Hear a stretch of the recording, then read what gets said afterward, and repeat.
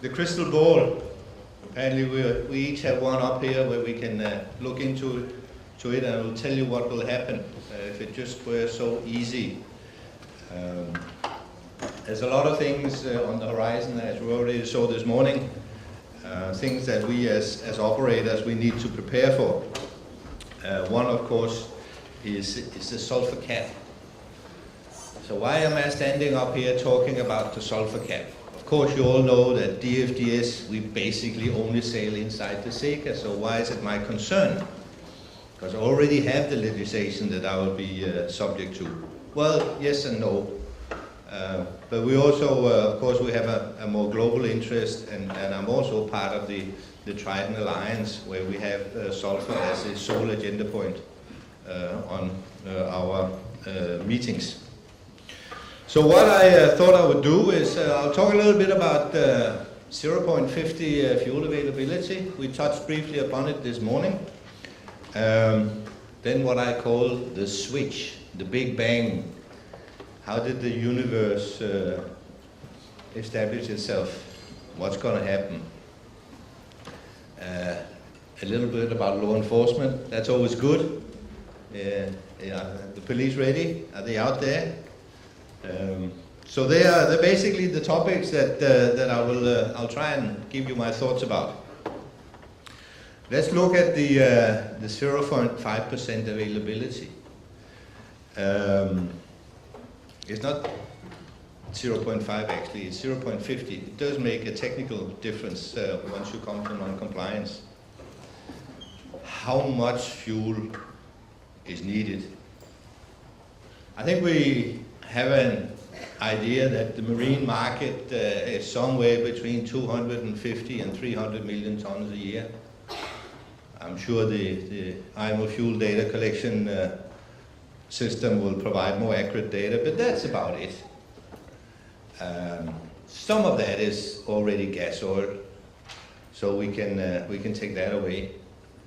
And then, of course, we have these fantastic predictions about how many ships will have scrubbers by 2020. 4,000. I was just confirmed in the coffee break here. 440 as of today, I understand is the number. So from now on until 2020, we have to have somewhere between 3 and 4 ships fitted every day. Is that going to happen? But of course, it's part of the equation that heavy fuel oil will be supplied to these ships, and then we have LNG. Have we surpassed 100 LNG ships? Maybe, maybe not, but that's the vicinity.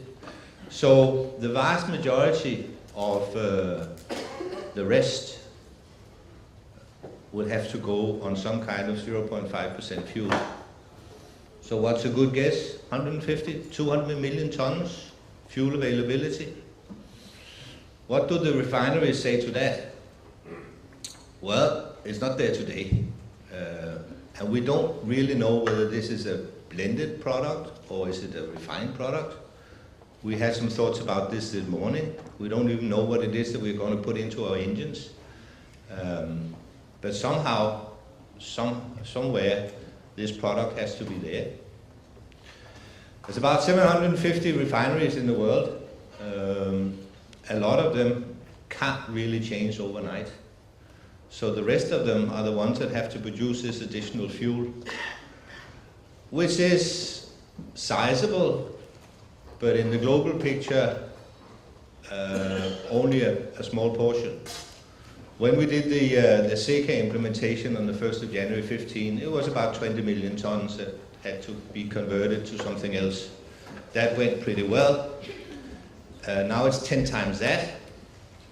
I would have my concern that the production will be there, not least because over time the intention is, of course, that more ships will do something else. Scrubbers, LNG, hydrogen, hybrid ships. So for how long will actually this demand be there? Will the refineries gear up for that, for them to gear down again? Nobody really knows. Where is it going to be produced? Well, certainly not in Europe, because we have something about carbon emission and restrictions and whatnot. So when you produce more distillate, you have more carbon emissions from the refineries. So I don't think it's going to be in Europe. So this is great for the tanker market. We will have distillate products into Europe, and we will have residual products out of Europe. Good for the tanker business, less good for the climate. But that's how we decided to do it. I talked about scrubbers, and that has to be a real concern. All the studies, or the 2 studies that were presented to MEPC when they decided on the 2020, both assumed there would be 4,000 plus scrubber ships by 2020. I haven't heard the scrubber manufacturers screaming, we don't have enough capacity to do all this. I don't think they are having a long list of orders. Several reasons for that. Firstly, it's an expensive investment. And secondly, there's some uncertainties around the scrubbers and what will actually be allowed in the future. Unfortunately, all the legislation doesn't have any grandfathering rights. So it's a bit of a risk to go early on this. The refinery, yeah, do they invest billions of dollars to make a product that perhaps only have a limited lifetime? Switching production in a refinery takes a long time, and it takes more from now on until 2020 to do it, and it costs a lot of money. We haven't seen anybody starting to do this switch so that we have this extra product available by the 1st of January 2020. Yeah, this is where the crystal ball would really be nice. What's it going to cost? The 0.50 product is really not a product that's on the market today. I have seen figures from anywhere from today's level between fuel oil and gas oil up to about $400 difference between the residual fuel and the new product. Probably only for a limited period around 2020. But $400 a ton is a lot of money for the ships out there. And of course we won't have a standard. ISO won't decide on the specs for this until after 2020. So that alone will create some problems for the industry. How are we going to procure this, under which standards? And of course we have to submit a lot of details before that to both EU and IMO on CO2 emissions, on which we need some kind of carbon factor, which we only have for standard products. So how are we going to deal with that? That's a little side effect of not having this clarified before then. Will we have heavy fuel oil for the scrubber ships after 2020? I think we will. I think it will be cheap. The residuals, at least in Europe, will have to compete with the coal market. So I think if we have scrubber ships, we will have a short period of a fairly good cost-saving opportunity. The switch, 1st of January, the big bang. New Year's rush for products, right? Now think about it. 23rd or 31st of December, you are on heavy fuel oil. 1st of January, you are on gas oil. A ship burning 30 tons a day, if they switch on the 30th of December rather than on the 31st, it's $10,000. That's just one ship, one day. Are they ready for the switch on board? There's a lot of tank cleaning, pipes, God knows what else that needs to be ready. And how much in advance can you actually prepare for this? Do you need external help? And then there's a lot of ships in a very short period of time that needs to go through this process. And of course, the 1st of January, there's a lot of ships out there with a lot of residual fuels in the tanks. What to do about that? Are we going to land it all? Are we going to be allowed to burn it for a couple of days? Or will we burn it and assuming nobody will notice? And of course those tanks with residual, they need to be cleaned as well. And now really the big issue, are we ready from a policing effort? What was the EU experience in 2015? Were EU ready for the SECA? No.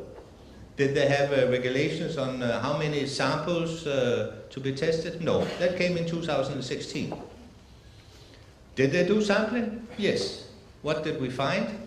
Well, take Sweden.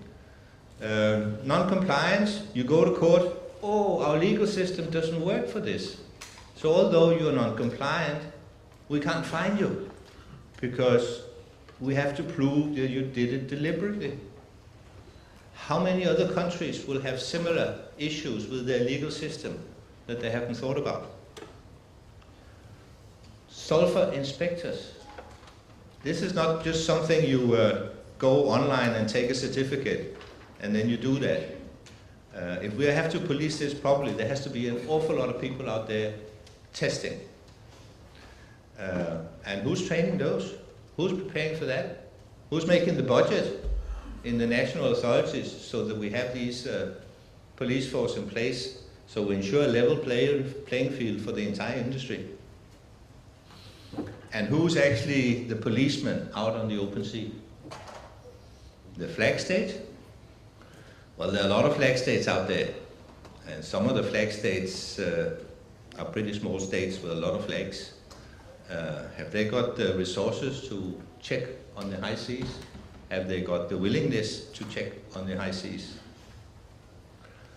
Don't forget, we're talking a lot of money. If we're up at around $400 in the delta between the products, every day counts. And then, of course, we have the penalties. That's a national issue. In the EU, we saw penalties by country differing from a few €100 to imprisonment of the senior officers. How is this going to be on a global scale? I think we really have some concerns here that we need to think about. I don't think the world will be ready. And I think the industry is actually up for a little bit of a struggle here.